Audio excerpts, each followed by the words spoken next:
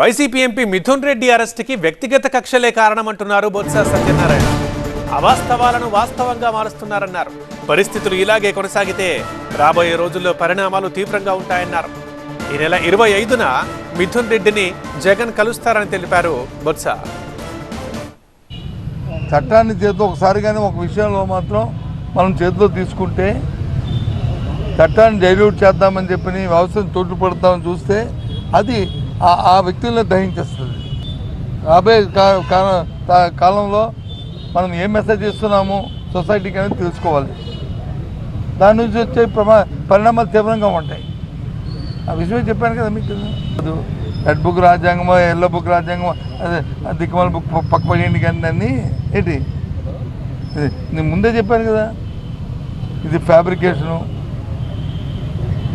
టోటల్గా ఇది ఫాల్స్, ఇది దీంట్లో వాస్తవాలు లేవు. అవాస్తవాలను వాస్తవాలుగా చేసి ఇబ్బంది పెట్టడానికి కార్యక్రమాన్ని చేయడానికి ప్రయత్నం చేస్తున్నారు. దీంట్లో ఏమీ లేదు. రాబోయే కాలంలో నిజం నిలకడమే తిరుగుతుంది. రాబోయే కాలంలో విషయాలన్నీ కూడా బయటకు వస్తాయి, అన్నీ సక్రమంగా అవుతాయి.